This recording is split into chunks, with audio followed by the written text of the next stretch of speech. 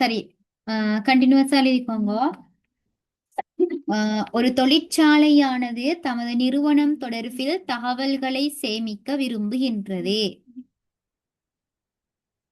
ஊழியர்கள் தொடர்பில் அதுல எழுதிக்கோங்க. ஊழியர் தொடர்பில் ஊழியர் இலக்கம், ஊழியர் தொடர்பில் ஊழியர் இலக்கம், பெயர், வயது, தொலைபேசி இலக்கம்,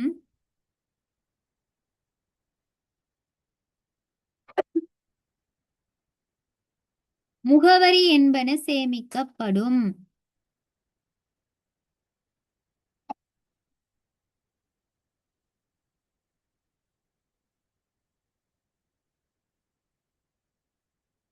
ஒரு ஊழியருக்கு அதுல எழுதிக்கோங்க. ஒரு ஊழியருக்கு ஒன்றுக்கு மேற்பட்ட முகவரிகள் காணப்படலாம். ஒன்றுக்கு மேற்பட்ட முகவரிகள் காணப்படலாம்.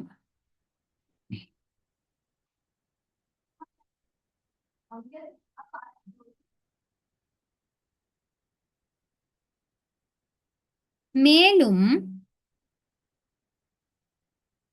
இந்நிறுவனமானது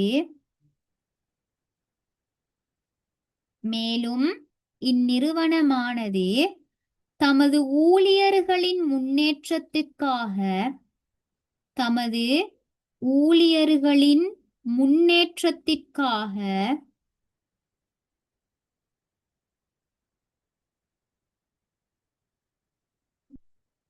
அவர்களை ஒரு கற்கை நெறியில் அவர்களை ஒரு கற்கை நெறியில் இந்நிறுவனமானது தமது ஊழியர்களின் முன்னேற்றத்திற்காக அவர்களை ஒரு கற்கை நெறியில் பங்கு பற்ற ஒரு கற்கை நெறியில் பங்கு பற்ற செய்ய விரும்புகின்றது.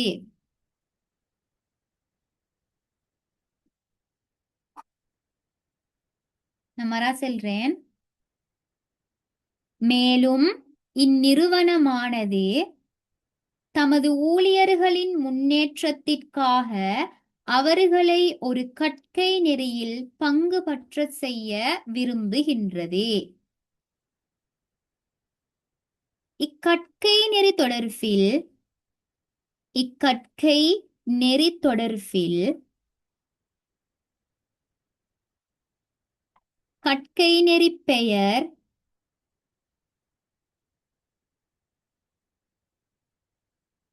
இலக்கம்,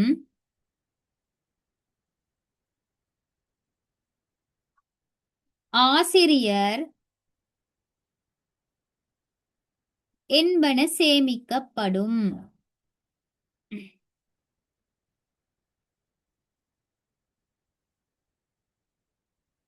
அதுலயே அடுத்த பாயிண்ட் எழுதிக்கோங்க. அந்த பாயிண்ட நான் இன்னும் ஒரு தடவை சொல்றேன். இக்கற்கை நெறி தொடர்பில் கற்கை நெறி பெயர், இலக்கம், ஆசிரியர் என்பன சேமிக்கப்படும். மேலும்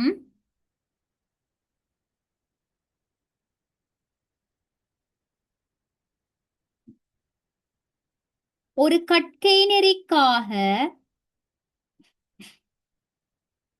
ஒரு கற்கை நெறிக்காக ஒரு ஊழியருக்கு ஒதுக்கப்படும் ஒரு ஊழியருக்கு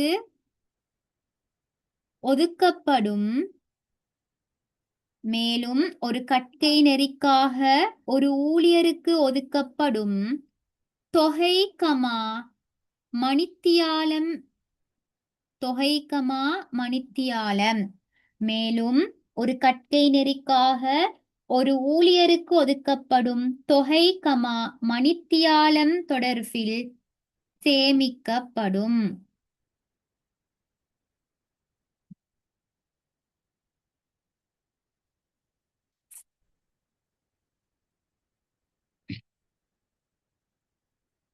சரி, நான் முதல்ல இருந்து சொல்றேனா.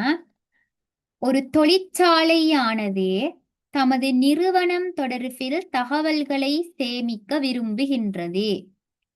ஊழியர் தொடர்பில் ஊழியர் இலக்கம், பெயர், வயது, தொலைபேசி இலக்கம், முகவரி என்பன சேமிக்கப்படும். ஒரு ஊழியருக்கு ஒன்றுக்கு மேற்பட்ட முகவரிகள் காணப்படலாம். மேலும் இந்நிறுவனமானது தமது ஊழியர்களின் முன்னேற்றத்திற்காக அவர்களை ஒரு கற்கை நெறியில் பங்கு பற்றச் செய்ய விரும்புகின்றது. இக்கற்கை நெறி தொடர்பில் கற்கை நெறி பெயர், இலக்கம், ஆசிரியர் என்பன சேமிக்கப்படும். மேலும் கற்கை நெறிக்காக ஒரு ஊழியருக்கு ஒதுக்கப்படும் தொகை, மணித்தியாலம் தொடர்பில் சேமிக்கப்படும். சரியா? இப்ப நீங்கள் இதுக்கு ஒரு இயர் டயக்ராம் கீறது ட்ரை பண்ணி பாருங்க. சரியா? நான் ஒரு 3 நிமிஷம் மாதிரி தாரேன். அதுக்கப்புறம் நான் எப்படி செய்தன்றதை வந்து வரைஞ்சு காட்டேன். முதலாவது நீங்க ட்ரை பண்ணி பாருங்க. ட்ரை பண்ணி பார்த்துட்டு கீறிட்டு கீறி முடிய நீங்களே ஹேண்ட் ரைஸ் பண்ணுங்க. சரியா? நான் 3 நிமிஷம் தரேன்.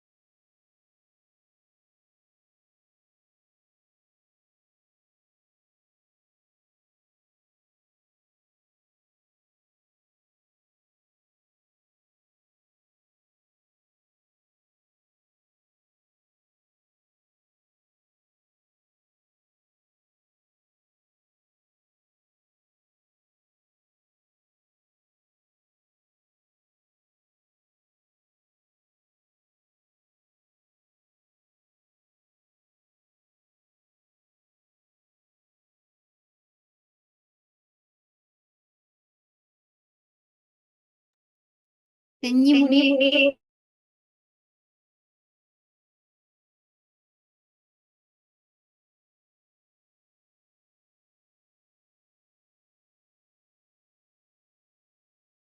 செஞ்சு முடிய ஹேண்ட் ரைஸ் பண்ணா சரியா?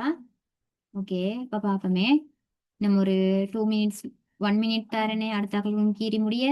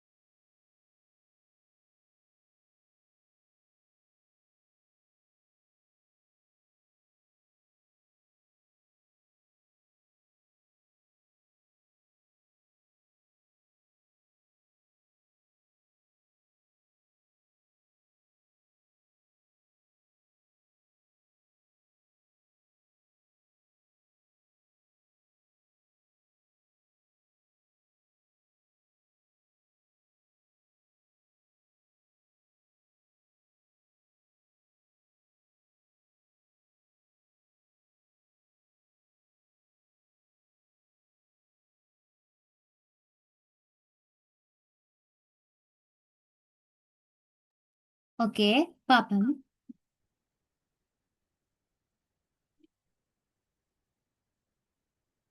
ஓகே, பாப்போமா?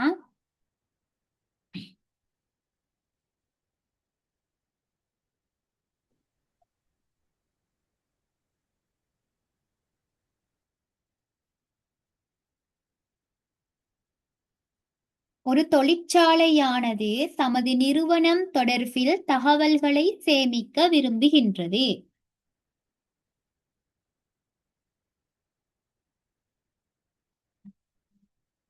ஊழியர் தொடர்பில் முதலாவது என்ன சேமிக்க போற? முதலாவது என்ன சேமிக்க போற? ஊழியர்கள் தொடர்புல. அப்ப இந்த டேட்டாபேஸ் எடுத்தா, இந்த நிறுவனத்தினுடைய டேட்டாபேஸ் எடுத்தா அவங்க முதலாவது பிரதானமா சேமிக்க போறது ஊழியர் தொடர்புல. ஊழியர் தொடர்புல சேமிக்க போறேன்டா, இங்க முதலாவது எடுக்க போற டேபிள் ஊழியர், அதாவது எங்கட என்டிடி பிரதானமான உண்டு. இது தொடர்பாக ஊழியர் தொடர்புல இங்க சேமிக்க போறா. அப்ப ஊழியர் என்றது எங்கட முதலாவது என்டிடி. நாங்க என்டிடி எப்படி வகை குறிப்போம்? என்டிடியை வகை குறிக்கிறதுக்கு நாங்க செவ்வகம் ஒன்று பயன்படுத்துவோம். சரியா? முதலாவது ஊழியர். இங்க என்ன சொல்லிக்கு? ஊழியர் தொடர்பில் ஊழியர் இலக்கம், பெயர், வயது, தொலைபேசி இலக்கம், முகவரி என்பன சேமிக்கப்படும். இப்ப இந்த டேட்டாபேஸ்ல, இந்த நிறுவனத்துக்கு கிரியேட் பண்ணக்கூடிய டேட்டாபேஸ்ல முதலாவது ஊழியர்கள் தொடர்புல சேமிக்கப்படுதான். மெயினா சேமிக்கப்படுகிறது முதலாவது எங்கட முதலா டேபிளா இருக்கு மெயினா சேமிக்க போறேன். இப்ப எனக்கு ஊழியரை பத்தி சேமிக்கணும்டா, நான் ஊழியருக்குன்ற ஒரு டேபிள் மெயின்டைன் பண்ணுவேன். அப்ப ஊழியருக்குன்ற ஒரு டேபிள் மெயின்டைன் பண்ணுங்கண்டா, அது ஒரு இயர் டயக்ராம்ல ஒரு என்டிடி. அப்ப ஊழியர்ன்றது என்ன? முதலாவது என்டிடி. அந்த ஊழியர்ல அந்த ஊழியரை விளக்க, ஊழியருக்காக அந்த டேபிள்ல என்னென்ன குலங்கள் வருமா? ஊழியர் இலக்கம் முதலாவது எட்ரிபியூட், அதாவது முதலாவது குலம் ஊழியர் இலக்கம். நாங்க எட்ரிபியூட்ட நீள்வட்டத்தால வகை குறிப்போம். ஊழியர் இலக்கம்.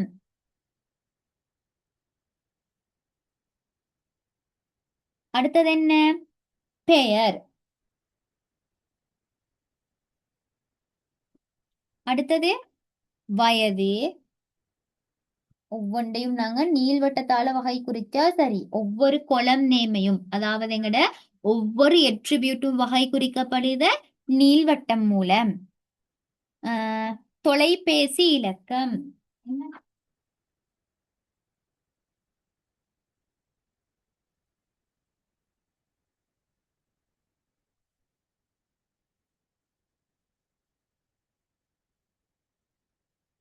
அடுத்தது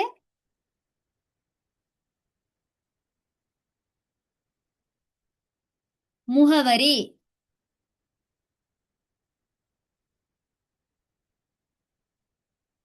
சரியா? இப்ப இங்க என்ன செஞ்ச? ஊழியரை பத்தி இவங்க சேமிக்க பார்த்தாம். அப்ப அது என்ன சொன்னவங்க? ஊழியர் தொடர்புல சேமிக்கப்படுதண்டா, ஊழியர் மெயினான ஒரு விஷயம், அதாவது எங்கட என்டிடி. ஊழியர் தொடர்புல என்னென்ன சேமிக்கப்பட்டோ அதை ஒவ்வொன்றும் ஊழியர விளக்கத்துக்கு பயன்படுத்தப்பட்ட எட்ரிபியூட்கள். எட்ரிபியூட் நாங்க நீள்வட்டத்தாலிங்க வகை குறிச்ச. சரியா? மேலும் இந்நிறுவனமானது தமது ஊழியர்களின், இங்க நல்லா பாத்துக்கோங்க, அதுக்கு ஒரு வாக்கியம் நீக்கி, ஒரு ஊழியருக்கு ஒன்றுக்கு மேற்பட்ட முகவரிகள் காணப்படலாம். அதாவது ஊழியர்ல வரக்கூடிய முகவரி என்று எட்ரிபியூட் பல,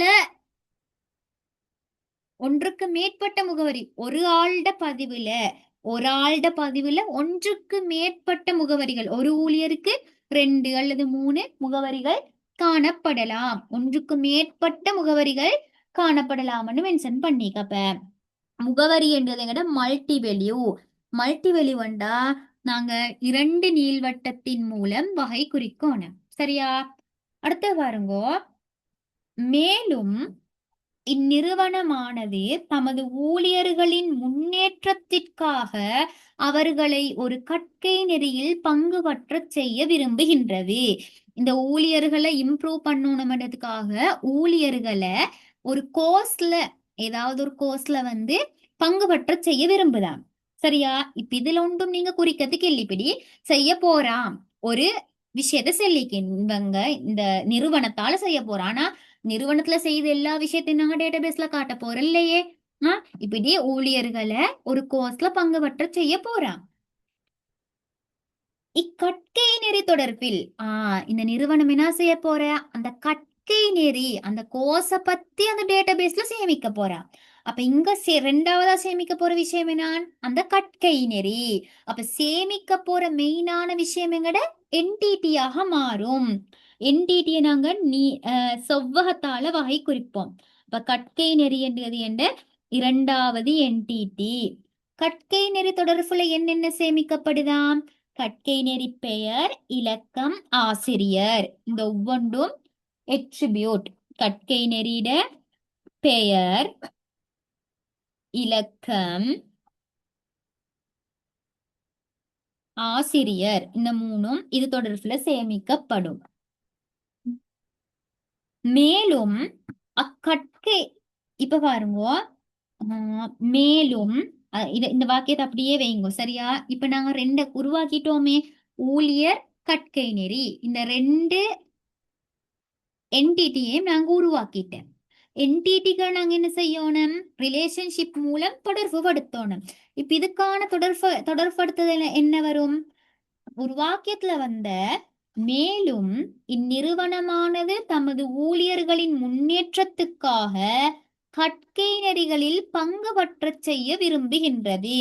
அப்ப ஊழியர், பங்கு பற்றல், கற்கை நெறி. இந்த ரெண்டு ஊழியருக்கும் கற்கை நெறிக்குமான தொடர்பு என்ன, ஊழியர் வந்து கற்கை நெறிகள்ல பங்கு பற்று. அப்ப இந்த ரெண்டையும் நான் இணைக்கி என்னண்டு, ஊழியர், பங்கு பற்றல், கற்கை நெறி. சரியா. அப்ப ஊழியர் ரெண்டு என்டிடிக்கும் கற்கை நெறி என்ற கூடிய என்டிடிக்கும் இடையில கூடிய தொடர்பு பங்கு பற்றல். சரியா. இப்ப நான் ரிலேஷன்ஷிப்பையும் போட்டுட்டேன். மேலும் ஒரு கற்கை நெறிக்காக ஒரு ஊழியருக்கு ஒதுக்கப்படும் தொகை மணித்தியாலம் சேமிக்கப்படும். என்ன நடந்தீக்கி, ஒரு கற்கை நெறிக்காக ஒரு ஊழியருக்கு, நல்லா பார்த்துக்கோங்க, ஒரு கற்கை நெறிக்காக, ஒரு கற்கை நெறிக்காக ஒரு ஊழியருக்கு இங்க பாருங்க, இந்த ரெண்டு என்டிட்டியும் தொடர்பு படுது. ஒரு கற்கை நெறிக்காக ஒரு ஊழியருக்கு ஒதுக்குற பணம் மணித்தியாலம், தொகையும் மணித்தியாலமும் சேமிக்கப்படுதாம். அப்ப மணித்தியாலம், தொகை என்ற ரெண்டும் உண்மையா எட்ரிபியூட். சரியா. முகவரி, பெயர், அத மாதிரி ஒரு எட்ரிபியூட்.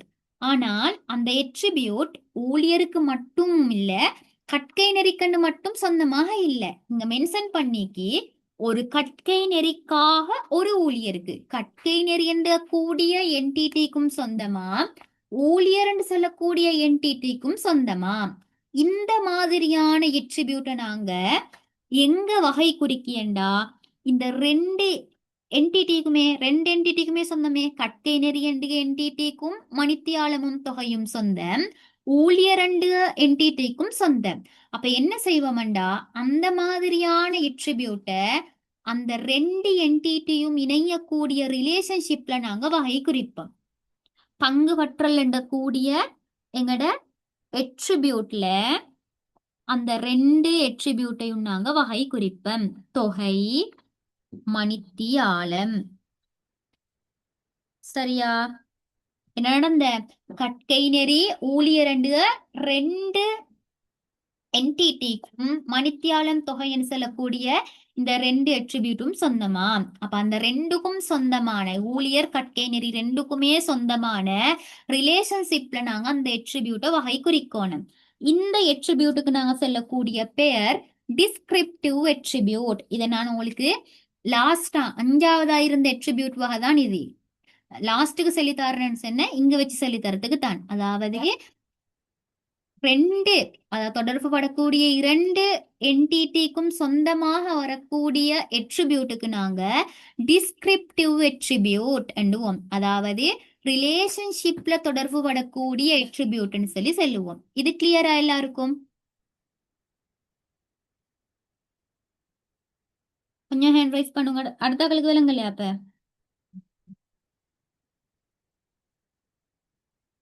இதுக்கு நாங்க டிஸ்கிரிப்டிவ் எட்ரிபியூட் பண்ணுவோம். சரியா? இதை கொஞ்சம் வரைஞ்சுக்கோங்க எல்லாரும். நான் டைம் தாரேன். என்ன சரி பிழைகள் இருந்தா சேஞ்ச் பண்ணிக்கொண்டு வரைதாக்கள் வரைஞ்சுக்கோங்க. சரியா? 2 மினிட்ஸ் தாருனா.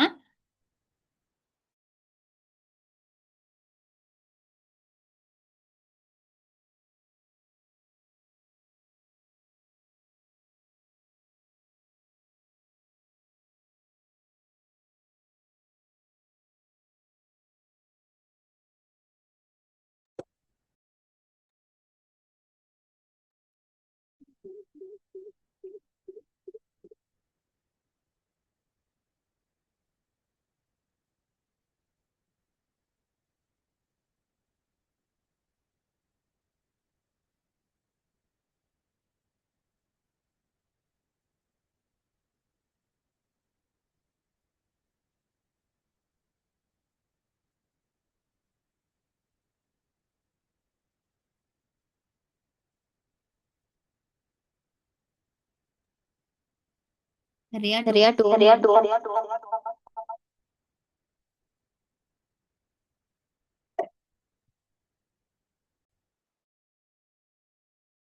சரியா? 2 மினிட்ஸ் தாரேன்.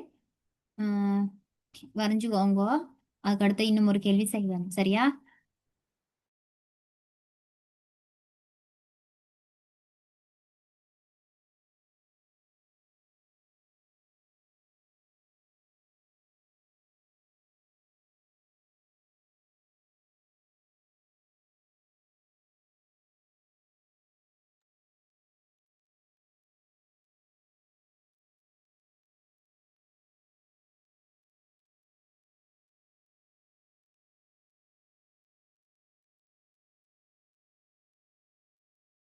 சரி, ஓகே. அடுத்தது வந்து குரூப்ல பாருங்க, ஒரு பிடிஎஃப் ஷேர் பண்ணிக்கி. அந்த பிடிஎஃப்ல இருக்கக்கூடிய முதலாவது கேள்வியை செய்யுங்க. ஒரு பிரபல பாடசாலையானது பல பிரிவுகளை கொண்டது அந்த கேள்வி. சரியா? முதலாவது கேள்விய அது கொஞ்சம் பெரிய கேள்வி. 3 மினிட்ஸ் தாரேன். சரியா? 29க்கு நான் அந்த கேள்வியை செய்யறதுக்கு ஸ்டார்ட் பண்ணுங்க. கொஞ்சம் அவசரமா ட்ரை பண்ணி பாருங்க. செய்ய இயலுமாண்டு கையில் நான் பிடிஎஃப் வந்து குரூப்ல ஷேர் பண்ணிப்பேன். அவசரமா பார்த்து வரையத்துக்கு ட்ரை பண்ணுங்க. சரியா? சரியா 3 நிமிஷம். சரியா? நான் 9:30 ஸ்டார்ட் பண்ணியேனே. 9:30 ஸ்டார்ட் பண்ணியேன்னு கீறதுக்கு அதுவரை நீங்களா ட்ரை பண்ணுங்க. ட்ரை பண்ணி கீறி முடிஞ்சாக்கள் ஹேண்ட் ரைஸ் பண்ணா சரி.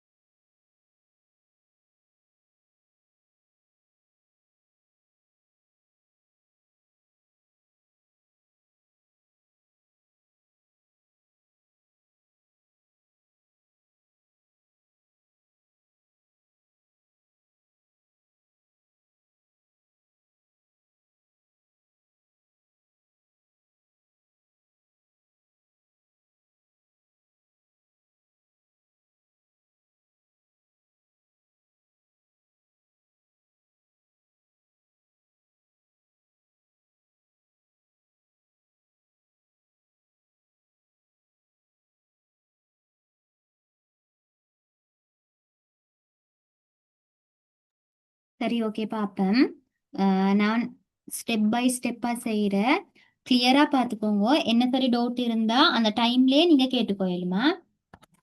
பாருங்க, ஒரு பிரபல பாடசாலையானது பல பிரிவுகளை கொண்டது. என்ன சொல்லிக்கி, இப்ப பாடசாலையில தான் இந்த டேட்டாபேஸ் வந்து கிரியேட் பண்ண போறேன். சரியா? அங்க வந்து பல பிரிவுகள் இருக்கியாம். ஒவ்வொரு பிரிவும் அதன் பெயர். இப்ப என்ன செய்ய போற, அந்த டேட்டாபேஸ்ல பிரிவுகள், டிவிஷன்ஸ் டிவிஷனா பிரிச்சு வச்சுப்போம்னு சொல்லுவோம் ஸ்கூல்ல. இப்ப ஒரு ஸ்கூல்ல நிறைய அந்த மாதிரி டிவிஷன்ஸ் பிரிவுகள் இருக்குதாம். அந்த பிரிவு சம்பந்தமா நிறைய விஷயங்கள் சேவ் பண்ண போறேன். அப்ப முதலாவது பிரிவு சம்பந்தமாக நாங்க சேமிக்க போறோம்டா, பிரிவு தான் எங்கட முதலாவது என்டிடி. அப்ப நாங்க என்டிடிய வகை குறிக்கியதுக்கு செவ்வகம் பயன்படுத்துவோம். பிரிவு. பிரிவு தொடர்புல என்னென்ன சேமிக்கப்படுதாம்? அதன் பெயர். அப்ப முதலாவது பிரிவு டேபிள்ல ஒரு கொலமா அதோட பெயர் வரும். அதாவது எங்கட எட்ரிபியூட்டாக அந்த பெயர் வரும்.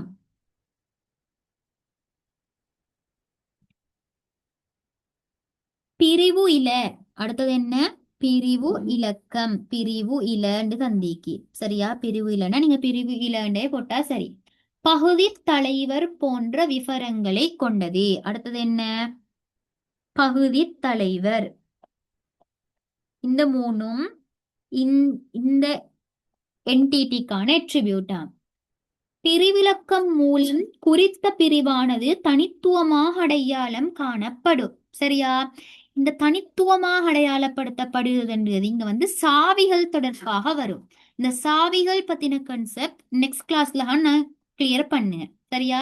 அதைய போட்டு நீங்க இந்த கிளாஸ்ல குழப்பிக்க தேவையில்லை. நான் அடுத்த கிளாஸ்ல இந்த சாவிகள் தொடர்பான அடுத்த சாப்டரே வந்து சாவிகள் தான். இப்ப நான் நார்மலா சொல்றேன்.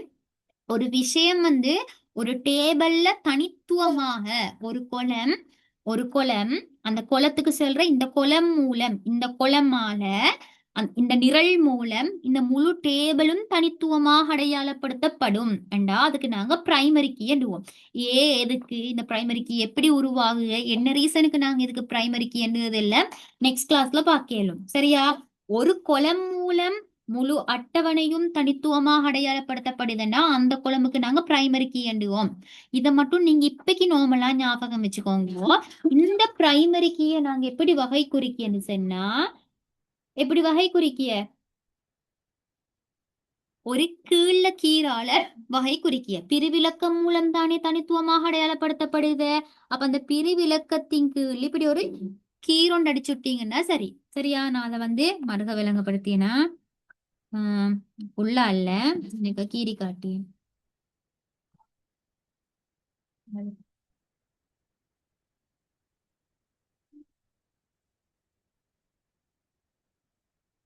சரியா? இப்படி கீழ ஒரு கீறால நீங்க வகை குறிச்சீங்கன்னா சரி. அதாவது இந்த பிரைமரிக்கு எப்படி உருவாகுக, பிரைமரிக்கு என்ன கன்செப்ட் ஒன்றும் இன்னைக்கு நான் கிளியர் பண்ணுங்கல்ல, அது நெக்ஸ்ட் கிளாஸ்ல தான் பாக்குக.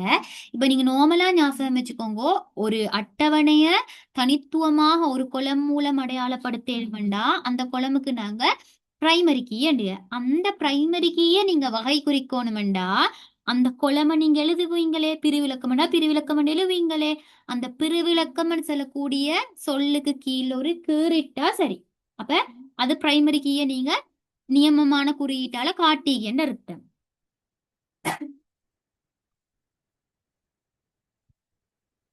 சரி, அடுத்து பாருங்க. இப்பாடசாலையில் உள்ள ஆசிரியர்கள். இப்ப ஆசிரியர்களை பத்தி சொல்ல வர. சரியா? இப்ப இந்த பாடசாலையில ஆசிரியரை பத்தி சேமிக்க போற.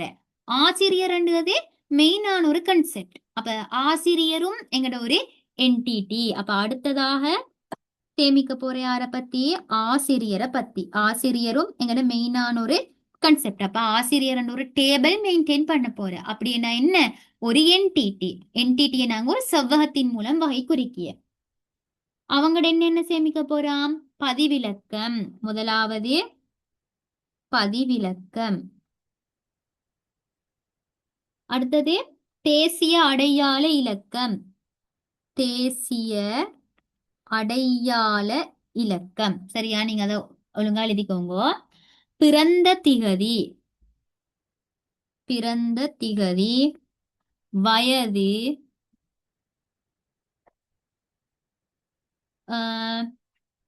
தொலைபேசி இலக்கம், இஎன் தந்திக்கிறது தொலைபேசி இலக்கம். அடுத்தது கற்பிக்கும் பாடம்.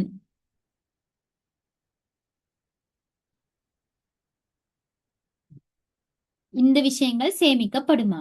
சரியா? குறித்த ஆசிரியருக்கு ஒன்றுக்கு மேற்பட்ட தொலைபேசி இலக்கங்கள் காணப்படலாம். ஒரு ஆசிரியருக்கு ஒன்றுக்கு மேற்பட்ட தொலைபேசி இலக்கம் காணப்படலுமெண்டா தொலைபேசி இலக்கம் மல்டி வெல்யூ. மல்டி வெல்யூவை நாங்க 2 நீள்வட்டத்தால வகை குறிக்கிய. ஆசிரியர் அவரின் பதிவிலக்கம் கொண்டு தனித்துவமாக அடையாளம் காணப்படலாம். ஆசிரியர் என்ற டேபிள தனித்துவமாக அடையாளம் காணுறதுக்கு பதிவிலக்கம் என்ற கூடிய கொலம் பயன்படுத்தப்படுதாம். அப்ப பதிவிலக்கம் என்றா எங்கட பிரைமரி கீ. பிரைமரி கீங்குள்ள நீங்க கீறடிச்சா சரி.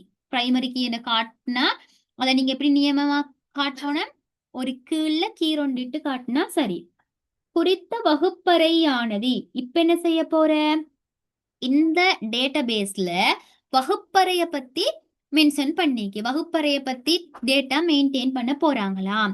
அப்ப வகுப்பறைன்றதும் எங்கட ஒரு என்டிடி. அப்ப என்டிடியை நாங்க ஒரு செவ்வகத்தால் எங்களுக்கு வகை குறிக்கலும். வகுப்பறை.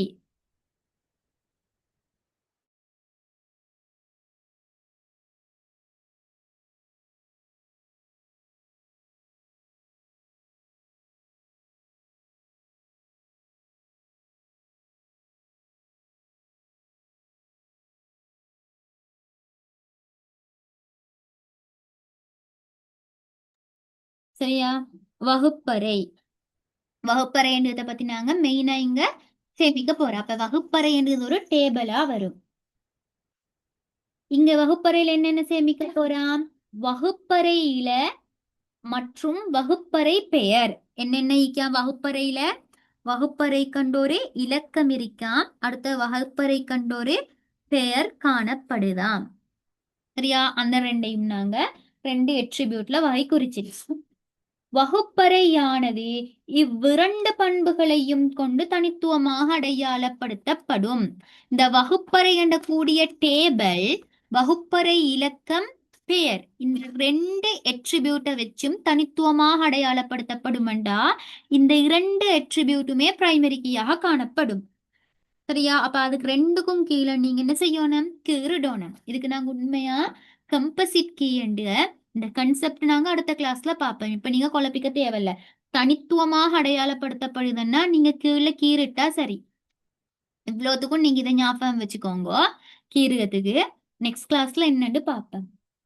குறித்த ஆசிரியர் ஒன்றுக்கு மேற்பட்ட பிரிவுகளில் கடமையாற்றுவதுடன் ஆசிரியர் என்ன செய்தாம்? ஆசிரியர் பிரிவுல கடமையாற்றாம். அப்ப ஆசிரியருக்கும் பிரிவுக்கும் இடையில இருக்கக்கூடிய தொடர்பு என்ன? ஆசிரியர் கடமையாற்றல் பிரிவு. செல்லிக்கு ஆசிரியர் பிரிவுல கடமையாற்றுவாம். அப்ப கடமையாற்றல். அதுல இன்னும் நிறைய விஷயம் சொல்லிக்கு. குறித்த ஆசிரியர் ஒன்றுக்கு மேற்பட்ட பிரிவுகளில் கடமையாற்றுவதுடன் குறித்த ஒரு பிரிவில் ஒன்றுக்கு மேற்பட்ட ஆசிரியர்கள் பணியாற்றுகின்றனர். இந்த விஷயங்கள் எல்லாம் எப்படி குறிக்கின்றது அடுத்தடுத்த கிளாஸ்ல பார்ப்போம். சரியா? இன்னைக்கு எல்லாம் பார்க்கலவே முதலாவது கிளாஸே இப்பக்கு நோமலா தெரிஞ்ச விஷயத்த மட்டும் கீறுவோம். கடமையாற்றுக. ஒரு பிரிவில் ஒன்றுக்கு மேற்பட்ட வகுப்பறைகள் காணப்படும். அப்ப பிரிவுக்கும் வகுப்பறைக்கும் இடையில ரிலேஷன்ஷிப் என்ன? பிரிவுல காணப்படல் வகுப்பறை. பிரிவு காணப்படல் வகுப்பறை. சரியா? குறித்த ஒரு வகுப்பறையில் ஒன்றுக்கு மேற்பட்ட மாணவர்கள் காணப்படுதாம். இப்ப என்ன சொல்ல வார? மாணவர்களை பத்தி இந்த டேட்டாபேஸ்ல சேமிக்க போற. சரியா?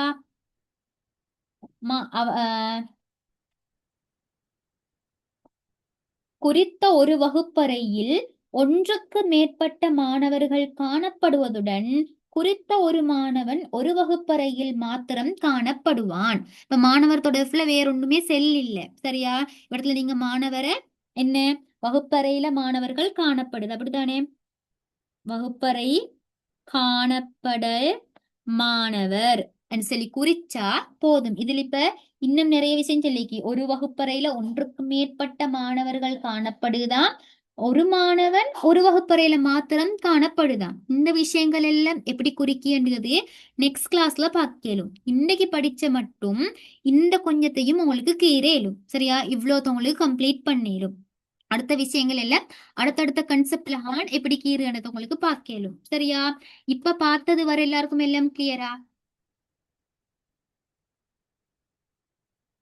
என்ன சரி டவுட் இருந்தா மைக் ஆன் பண்ணி கேட்கலும்.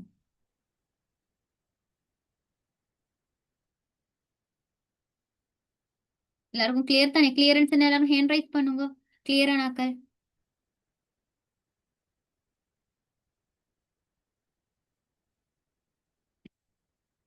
சரி, அப்படின்னு சொன்னா நான் இன்னைக்கு இதோட கிளாஸ் எண்ட் பண்ணேன். என்ன விஷயம்டா, நெக்ஸ்ட் கிளாஸ் வந்து இன்னைக்கு வந்து டியூஸ்டே தானே? நெக்ஸ்ட் கிளாஸ் வந்து உங்களுக்கு சாட்டர்டே நடக்கும். சாட்டர்டே நெக்ஸ்ட் கிளாஸ் நடக்கும். நெக்ஸ்ட் கிளாஸ் உங்களுக்கு ஜாயின் ஆகணும் அப்படின்னு சொன்னா உங்களுக்கு போயிட்டு எட்மினுக்கு மெசேஜ் பண்ண இயலும். எட்மினுக்கு மெசேஜ் பண்ணி அவங்க எல்லாருக்குமே நெக்ஸ்ட் கிளாஸ் வந்து ஜாயின் ஆகலும். நெக்ஸ்ட் கிளாஸ் வந்து சாட்டர்டே நடக்கும், 7:30க்கு நடக்கும், நைட் 7:30க்கு. என்ன சரி டவுட் இருந்தேன்னு சொன்னா நான் என்ன நம்பர் இப்ப குரூப்ல போடியேன். குரூப்ல நான் என்ன நம்பர்ல இருந்து ஒரு மெசேஜ் போடியேன். எல்லாரும் வந்து கட்டாயமா எனக்கு ஃபீட்பேக் மெசேஜ் ஒன்று தாங்க என் நம்பருக்கு. என்ன சரி இஷ்யூ இருந்தேன்னு சொன்னாலும் இல்லாட்டி என்ன சரி விலங்கல்ல அப்படி என்ன சரி என்றாலும் எனக்கு ஒரு மெசேஜ் போடுங்க. அடுத்தது கட்டாயமா என் நம்பருக்கு எல்லாருமே இந்த கிளாஸ் எப்படி இருந்தேன்னு ஒரு ஃபீட்பேக்கை போட்டுடுங்க, சரியா? இதோட கிளாஸை நான் பண்ணியேன். பாய்.